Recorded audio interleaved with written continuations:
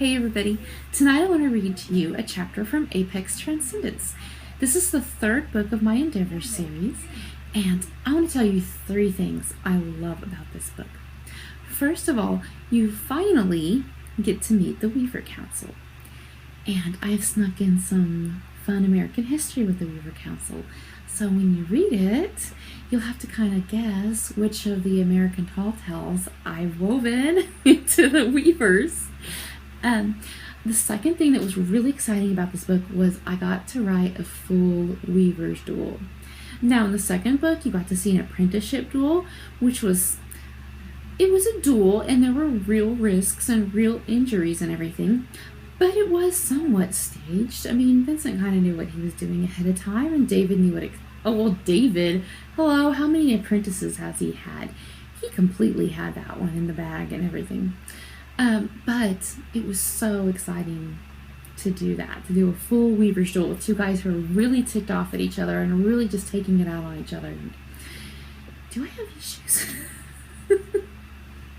Isn't it fun to be able to read and write books and get to live those things that I don't know that I would ever really do with someone for real? Maybe if you're going to mess with my kids or my husband, then bring it on.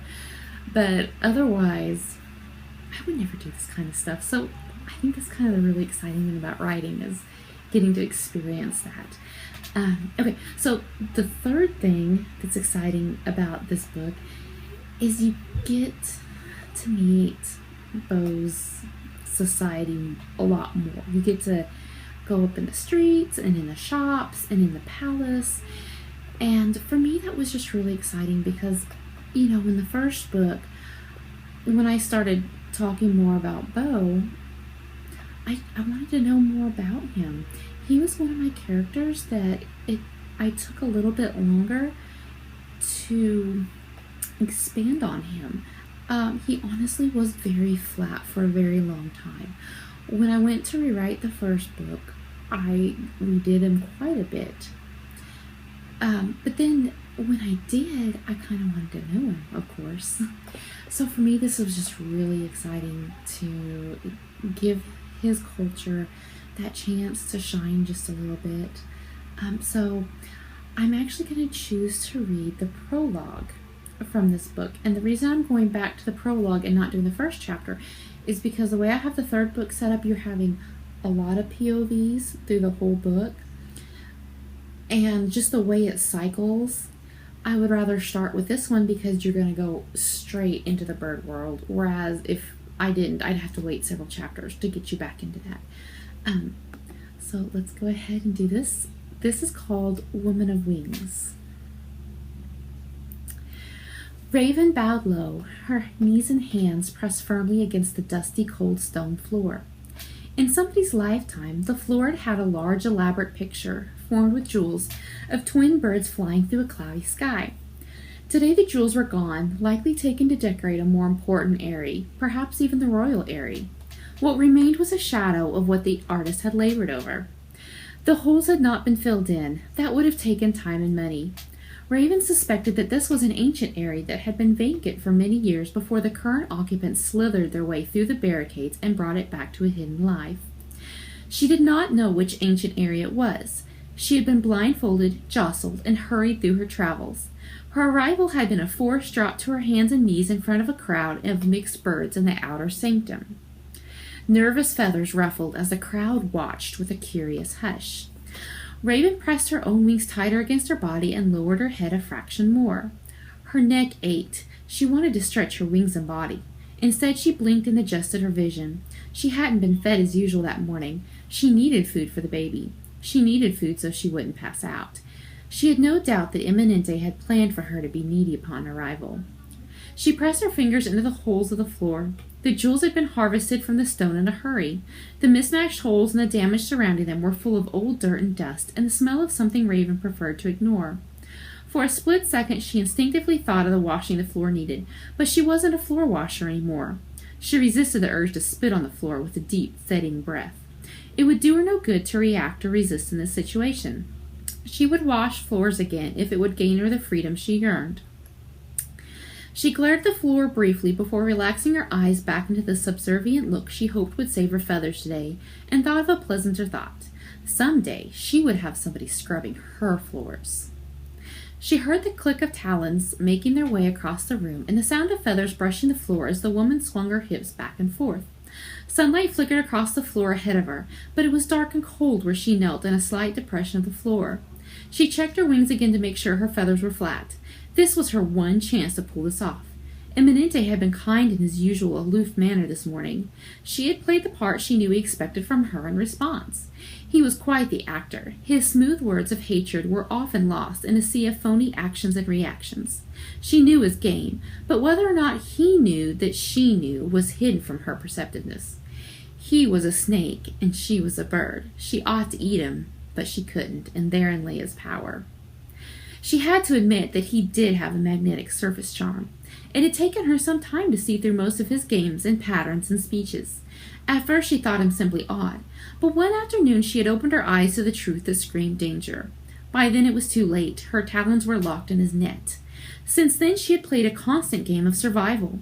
She shivered slightly at the memory of her first night back at his fortress after enduring the torture he had punished her with for her part in Philip's failure. He had taken her to the infirmary, full of tender words and care, but she had heard him order the guards to wing-tie her and throw her into the sea at the slightest indication of betrayal. He had, of course, wanted her to hear his threats. In return, she had played her part and retained her life. The click of the talons ceased only inches away from her head. Before her stood a new test of her loyalty, a test for which she had not studied for. The arcs of this stronghold was a woman and a fellow bird. Raven lay her forehead on the cold ground and relaxed her muscles. She couldn't slip up. Every movement, every word would be under scrutiny, and a fellow bird would be able to easily read her wings and thus her mood. "I hesitate to take you," the low, thick voice said. "I have no need for you, and you have nothing to offer me." Raven kept her eyes on the ground, but her voice was firm. Eminente sends me as a gift to help you take over the birds." The woman laughed. It was a loud laugh, a laugh that filled the room with warmth and fear all at once. "Eminente sent me a betraying bird as a gift?" Raven lifted her head and fixed her eyes on the woman. "You mock my master?" The woman narrowed her eyes and pursed her lips as she circled Raven. Her blue feathers were tucked behind her back neatly. Raven couldn't tell her mood. The woman was good.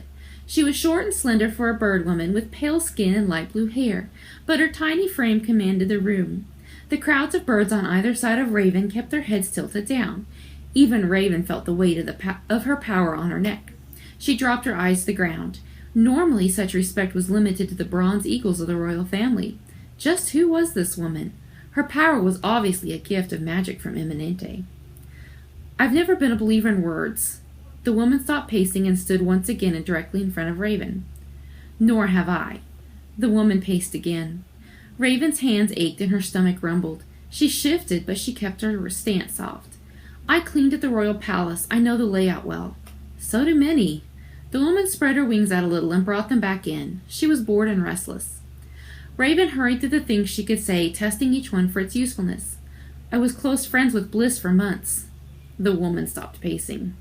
Raven shoved a couple of her fingers into holes in the ground and held her breath. The woman lifted her head with a talon. "Wingard?" "Yes. I traveled and worked with their family for months." The woman raised Raven's face higher. "Why?" Raven cleared her throat. "I was dating their son to get information for Eminente. Bliss warmed me during that time." The woman raised her blue eyebrows. "And how does she feel about you now?" "I'm sure she hates me. I betrayed and endangered her family, as well as many of their friends." The woman tapped her talons against the floor. Raven dropped her eyes and softened her muscles. Had she said enough to grant her a spot at the stronghold? Would the woman ever trust her? Raven closed her eyes and stated her mind. Worrying cost strength and time. She would not indulge. "You may stay," the woman declared after several agonizing minutes. "I believe I may have use for you after all." "Thank you." Raven couldn't hide her relief from her response. Her shoulders sagged, yet she felt lighter with the knowledge that she had passed this test. "It will take you time to earn my trust." "I understand."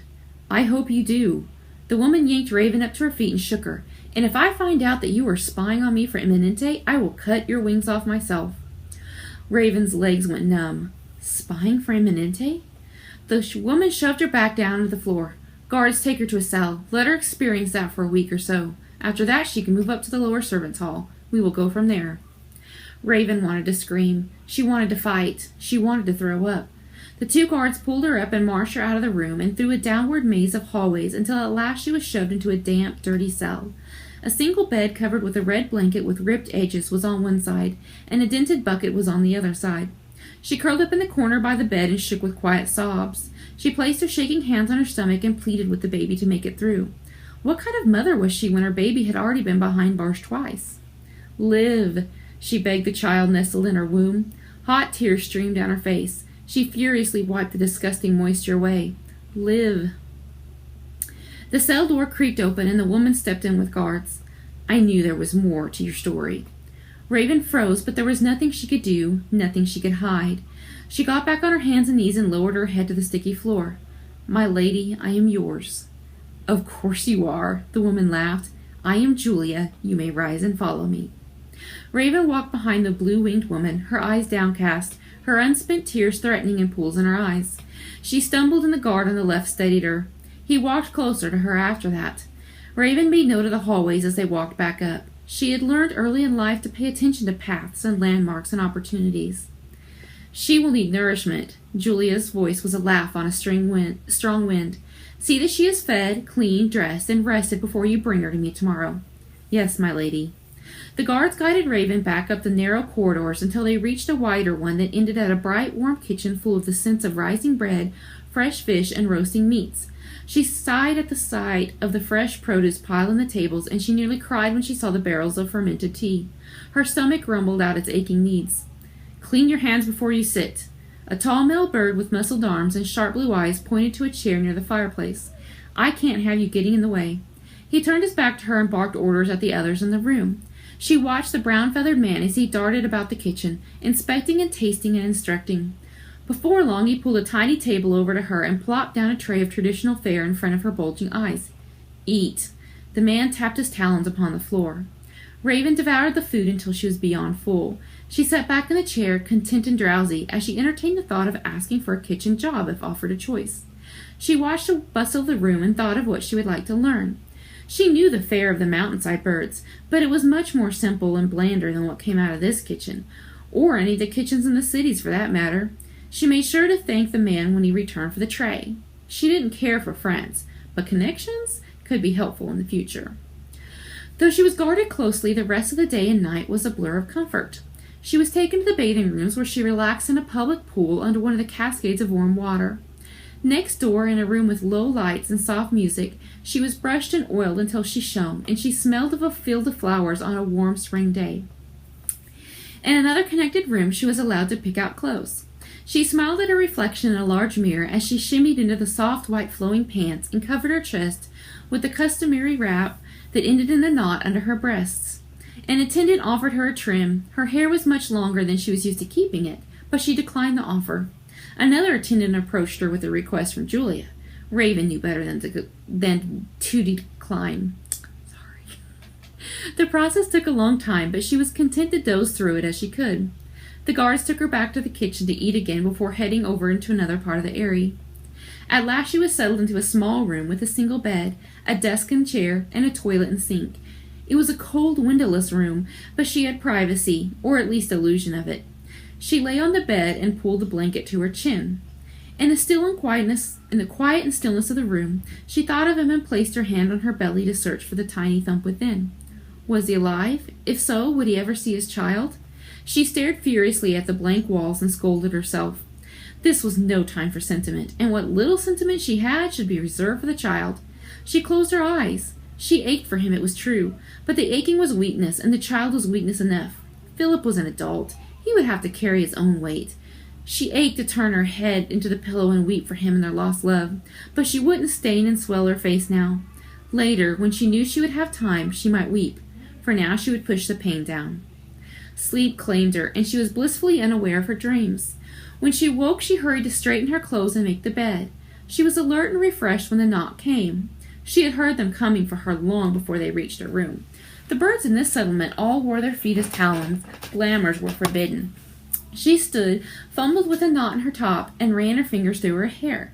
The door opened and she was ushered back to the kitchen where she was given warm drink, fresh bread, and leftover fish stew. The food and fire warmed her body, and she was sorry when the guards motioned for her to leave her spot. She was accompanied upward through more corridors. They went past the larger public rooms. Raven mapped the new parts as she walked, scanning for windows and hiding spots and escape routes. The guards left her in a large room with black walls that were covered with mirrors of varying shapes and sizes. In the middle of the high ceiling was a large chandelier made of orbs. Julia's powers, given to her as gifts from Eminente, came from these orbs. Each orb carried a trapped Magani inside. Eminente had offered orbs and powers to Raven twice, but she had forced herself to politely refuse and claim that Philip's power was enough for the both of them. Eminente didn't trust her after that. Nobody refused him and lived. Nobody but Raven. She had Philip to thank for being able to refuse Eminente and survive. She was Philip's toy, after all, and Eminente let his Arxes have their toys. But she also had Philip to thank for getting her into the mess in the first place. Then again, she was thankful that Philip had saved her life. It was a messy cycle. More guards stood on each of the side of the door. One of the guards had red wings, the other had wings of white with black tips. They were both tall and muscled and wore the traditional black pants and vests of the guards. Raven walked around the room, pretending to be interested in the mirrors, when instead she was enjoying how she looked in the mirror. Her wings had been dyed to bright yellow, with bits of orange and red throughout. She turned on each side so she could admire them. All her life she had been black. Black-skinned, black-haired, black-winged. Now she had the wings the shade of a sunrise. "Julia will see you now," the red-winged guard interrupted her fun. "We will travel up to our private rooms." Raven nodded and walked in between them as they ascended. She wondered about the room with the mirrors, but shrugged it off as another odd quirk. She was, after all, surrounded by strangeness. Philip and his destroyed garden of ice, Eminente and his hidden island of strange creatures. Everyone was strange in his or her own way, she supposed, but those with money and resources could devote themselves to their strangest and bigger ways. Higher and higher they walked. The area had tight corridors in need of a good cleaning. Why hadn't Julia cleaned this place up? There seemed to be plenty of people here, and they had ample time. Raven didn't know everything about the strongholds across the country, but she did recall that this was one of the first ones Eminente created. He had boasted about it in his underhand way to try to impress her early on. Or perhaps he had told her in hopes she would go there instead of staying with Philip. She was never sure with that man. They reached a room at the end of the highest upper corridor. Immense glass windows covered nearly all the room's walls. Clouds tickled the windows as they passed. Julia stood in the middle of the room, her back to the door. She was dressed much like Raven, though her clothes were dyed a light shade of purple and she was adorned with gold jewelry. "Guards, you are dismissed." Raven stood still and quiet as they left. Julia turned her head to the side and eyed her. "You will need a new name." "I understand." Raven had guessed as much anyway, at least while she was undercover. "Why are you called Raven?" Julia turned completely around. "Why weren't you given a real name?" Raven tensed and blinked. No one had thought to ask her that in a long time. She dug her talons into the floor. Julia sashayed closer to her. "You and I will have to get to know each other before I send you out. I demand a certain level of honesty from my trusted subjects." "Trusted?" Raven asked before she could stop herself. Julia smiled. "I know what you went through before you came." Raven's arms and legs shook, but she stood firm. "I see you still remember it well." Julia circled her, clicking her tongue. "And you did it with child." Raven stayed silent. What Eminente had done to her still haunted her dreams. "Why are you here?" Julia whispered harshly into her ear. She grabbed her shoulders and pulled her close. "Tell me the truth, bird." "I am not spying on you for him." Raven stared straight into her eyes. "I am saving my child." Julia looked at her for a long moment, and she smiled and her fingers released their grip. "I'm going to keep you. I will call you Diana." Raven started to kneel, but Julia laughed and yanked her back to her feet. "I have a role for you, my puppet. Would you care to know what it is?" "Yes." "First, thank me for your name." Julia dug her nails into Raven's skin. "Thank you," Raven, now Diana, said. "It's a beautiful name." "You'll have a lot of work to do to live up to it." Julia smiled and released the depth of her nails slightly. "But I'm sure you can do it." Diana nodded. "What should I do first for you?" Julia smiled. "First we get to know each other. Very, very well." She pulled Diana over to the windows. "I want to know everything about you. Where you flew as a child, what you feel when the wind rushes against your wings, whom you scream for at night when you're alone. Diana trembled. They had spied on her. Do you know how far along you are? Julia tilted her head to the side and smiled. No, Diana whispered and placed a hand over the already familiar spot. You rest here and wait for me. Julia patted Diana's shoulders and crossed to the door. She pulled a key from inside her clothes. I'm going to send for a doctor and more food. You haven't been nourished well enough for the baby. It's not even noticeable that you're pregnant. I want to see that you're fed properly and rested before you start your mission. The door shut with a heavy thud, and the key was noisy in the lock. Raven, now Diana, crossed to the windows and looked out. She was no fool. Here she had a softer bed tucked against the wall, a full bathroom through a door, and pillows and cushions to rest on. She had food and medical care, but she was still in a cell. She looked out at the cloudy sky and yearned for her wings to fill the air. What was crueler for a bird? A dark, cold cell buried deep within the mountain, or a comfortable cell high on the mountainside with a view of what her body ached for? She fell to her knees. I am Raven, she whispered and fingered her feathers. While her wings were lovely, she missed her old self. I am Raven. She pressed her hands to the glass. She would not forget. She would not let Julia replace her true self with a constructed new one. I am Raven. So there you go. I hope you enjoyed it. If you want to read more, of course, you'll need to get the book. Actually, I think I remembered a fourth thing that I love about this book. This book, I gave Raven a lot of time in. She's been in the first two books just as a tiny bit. I think she was in the prologue and epilogues, in fact. Maybe not all of them, but she was in them. And when I got to this book, I realized just how much I loved her. But she's a bad girl character, and I had been focusing, on Charlotte and her girls and everything. And so it was really, really fun to get to put a lot of Raven into this book. And I hope you enjoy her and her mission and her strength. I love her. Why does she have to be a bad guy? The bad guys are great too. Anyway, I hope you have a great night. Thanks for sticking with me here. Battle bravely, love strongly, and I'll see you later. Bye.